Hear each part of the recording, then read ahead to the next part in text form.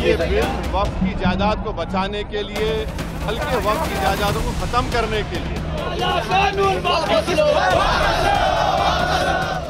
सब बर्बाद करने की तैयारी है, पूरा बर्बाद कर देंगे, कुछ छोड़ेंगे नहीं है।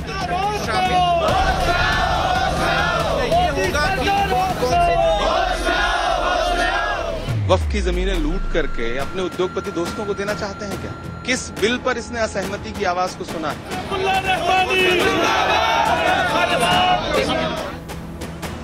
ये तस्वीर वक्फ संशोधन विधेयक के खिलाफ मुसलमानों के विरोध प्रदर्शन की है। सोमवार को वक्फ संशोधन विधेयक के खिलाफ all India Muslim personal law board ने दिल्ली के जंतर मंतर पर धरना प्रदर्शन किया। All India Muslim personal law board ने सरकार से इस बिल को वापस लेने की मांग की है।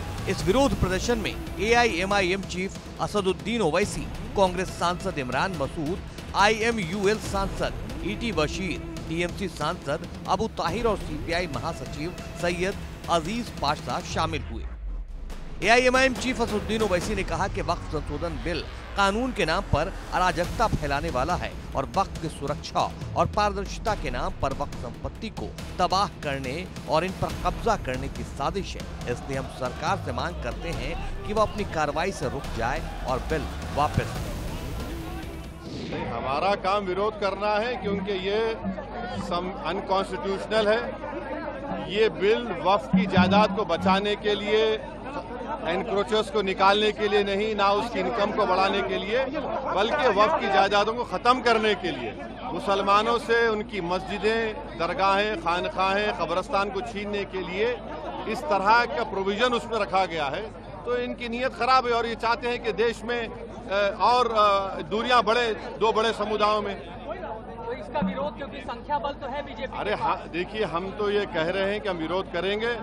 अगर चंद्रबाबू नायडू, पासवान साहब और नीतीश कुमार और हमारे अजीत सिंह साहब के बेटे अगर इसका तायीद करेंगे तो इनको जनता जिंदगी भर याद रखेगी। बिहार में ले जाएंगे इस मुद्दे को नीतीश कुमार के खिलाफ ये देखते हुए, क्या बिहार में आप ले जाएंगे इस मुद्दे को? ये तो देश में जाएगा मुद्दा, सिर्फ बिहार के नहीं, देश में जाएगा, बिहार में जाएगा। जंतर मंतर पर वक्फ संशोधन बिल के खिलाफ धरने में शामिल हुए कांग्रेस सांसद इमरान मसूद ने केंद्र की मोदी सरकार पर हमला करते हुए कहा कि 1995 का कानून अपने आप में पूरा था, कुछ बदलाव की जरूरत थी तो बदलना था, लेकिन सरकार ने पूरा का पूरा ही बदल डाला। ये सब कुछ बर्बाद कर देना चाहते हैं। देखिए, सरकार का जो हमने बार बार कहा है कि 1995 का कानून अपने आप में पूरा था, उसमें कोई कमी होती तो आप करते। आपने तो सारा का सारा ही बदल दिया, पूरा छोड़ दिया आपने। सब बर्बाद करने की तैयारी है, पूरा बर्बाद कर देंगे, कुछ छोड़ेंगे नहीं है। इधर कांग्रेस सांसद इमरान प्रतापगढ़ी ने कहा कि अगर संगठन लोकतांत्रिक तरीके से उस तानाशाही के खिलाफ विरोध कर रहे हैं जिसे सरकार थोपने की कोशिश कर रही है तो ये अच्छी बात है। उन्होंने सवाल करते हुए पूछा कि क्या आप वक्फ की जमीनों को लूट कर अपने उद्योगपति दोस्तों को देना चाहते हैं? जब आप जेपीसी सदस्यों की राय नहीं सुनने वाले थे तो आपने जेपीसी बनाए ही क्यों? ये सरकार तानाशाही पर आमादा है।